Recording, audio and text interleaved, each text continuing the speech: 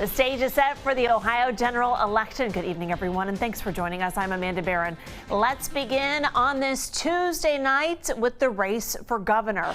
On the Republican side, WOWK Ramaswamy tonight defeating his challenger, Casey Putsch, the automotive entrepreneur from Perrysburg, Ohio. And on the Democratic side, Amy Acton ran unopposed, so her name will be on the ballot come November. Of course, she became a household name during the COVID-19 pandemic. We have team coverage of that race and much more. Jackson Brzezinski will tell us about the gubernatorial candidates in just a moment. Lane Ball will cover what will be one of the most expensive Senate races in the entire nation. And Sarah Davis will check in on some local races from Scioto County in just a minute. But first to Ironton and Jackson Brzezinski. Jackson, the race for governor was called very early tonight. Yeah, Amanda, that's right. Well, voter turnout was also very high in the region for the Ohio primary today, as poll workers at Ironton High School just down the street say it was more than what they expected for today. Voters I actually spoke to say they were excited to vote and see the results come to fruition tonight. Now, both governor candidates who won their party's governor candidacy held parties tonight and spoke about what they want to accomplish if they do become governor. Now, Democrat Amy Acton spoke on working Ohio families and how she wants to put them first, saying she will deliver a working families tax cut, programs to lower health care costs, and fight for the public schools. One big item she wants to protect and says her opponent Ramaswamy wants to get rid of is Medicaid and affordable health care. To all the Ohioans out there who may be feeling invisible or alone, my promise to you is this: no one will ever be invisible to me. No one will be invisible to me in this state.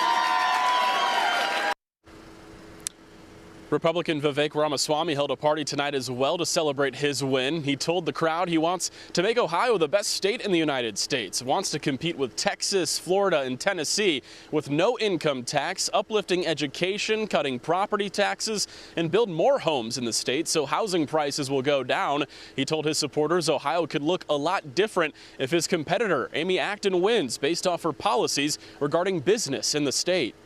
I believe we have a historic opportunity to lead Ohio, not just to be the best state in the Midwest, because we are already the best in the Midwest. We have a historic opportunity to lead Ohio to be the top state in the country. Both candidates in their speeches tonight acknowledged that the contrast between them is very large, but both spoke very highly about wanting to make Ohio a better state to live in. And the resounding message for both candidates tonight is they're looking forward to November and continuing their campaigns. And after throwing some jabs with their words on stage together, both candidates did agree, though, on improving education and making Ohio an affordable state to live in. But for now, live at the Lawrence County Board of Elections, Jackson Brzezinski for 13 News. Moment for common ground. That's probably going to be it, though. Jackson, thank you so much. We appreciate the report. Now to the race for the United States Senate, which will be a marquee matchup come November. Here's a look at how this one breaks down on the Republican side. Incumbent U.S. Senator John Husted was unopposed. On the Democratic side, former U.S. Senator Sherrod Brown handily winning that race against newcomer Ron Kincaid. It is a race that could affect the power balance the United States Senate and in Washington, D.C. in a big way.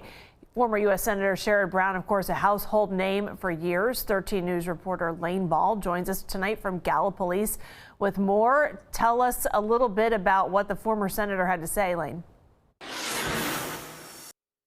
Well, Amanda, after winning the nomination, Sherrod Brown, he spoke a little bit about his goals if he is elected into the Senate seat. He spoke a little bit about lowering costs for everyday necessities for Ohioans. Now, in his speech following the primary election results, now Brown, he says that his focus, it remains on the working class issues by assisting with legislation to increase wages, saying that Ohioans are more productive while their paychecks are staying the same. He also criticized his opponent, incumbent Senator John Husted's support of the ongoing war with Iran, which has caused gas and oil prices to increase. And he stated that a change, it is needed, and he believes he is the best candidate to make that happen. All of us here today and all over Ohio are in this fight for the same reasons. Life is too expensive. Paychecks are too low, costs are too high. Ohioans don't have anyone fighting for you until November.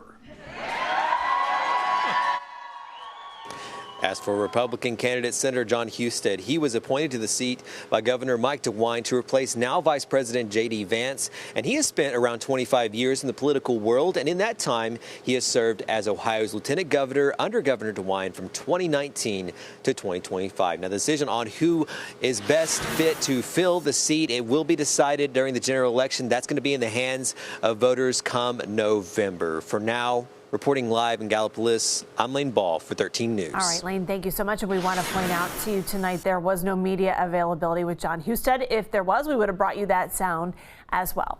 Let's take a look at the results for some of the other races around Ohio tonight. For the Secretary of State, on the Republican side, the AP has called the race for Robert Sprague with 70% of the vote. On the Republican side, on the Democratic side, the nominee has been called for Allison Russo with 68% of the vote. So that stage is now set for November. When it comes to the race for Attorney General, on the Democratic side, only the Democratic side was contested, with John Kuhlwicks taking the nomination with 64%, and Keith Faber is the Republican nominee. For the latest on all of the election results, you can head to our website, WOWKTV.com. Those are updating by the minute. Let's check in now in Scioto County with 13 News reporter Sarah Davis. Sarah, you were at the courthouse as the results were coming in tonight. What kinds of things are you hearing as we move throughout this evening? Yeah, Amanda, like you said, we're here at the Scioto County Courthouse where the Board of Elections has been sharing those results. I'm going to step out of frame so I can show you.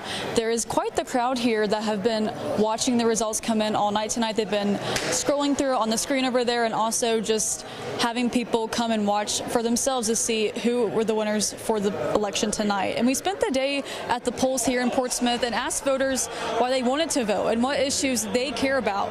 One topic that kept coming up was division. Voters today said they're ready for a change and for less political polarization. The country's so divided, far right, far left. We need to come back and agree with each other and get things done properly without all the rules and law breaking that's taking place, I feel personally. They also said it's important to exercise that right to vote regardless of party or affiliation. And we've certainly seen that all day today as we've seen people go to the polls. Like we talked about earlier, a lot of people came in right after work in that last little hour and a half, Amanda. And as votes are continuing to be counting here in the Scioto County Courthouse, we will continue to keep you updated on those results.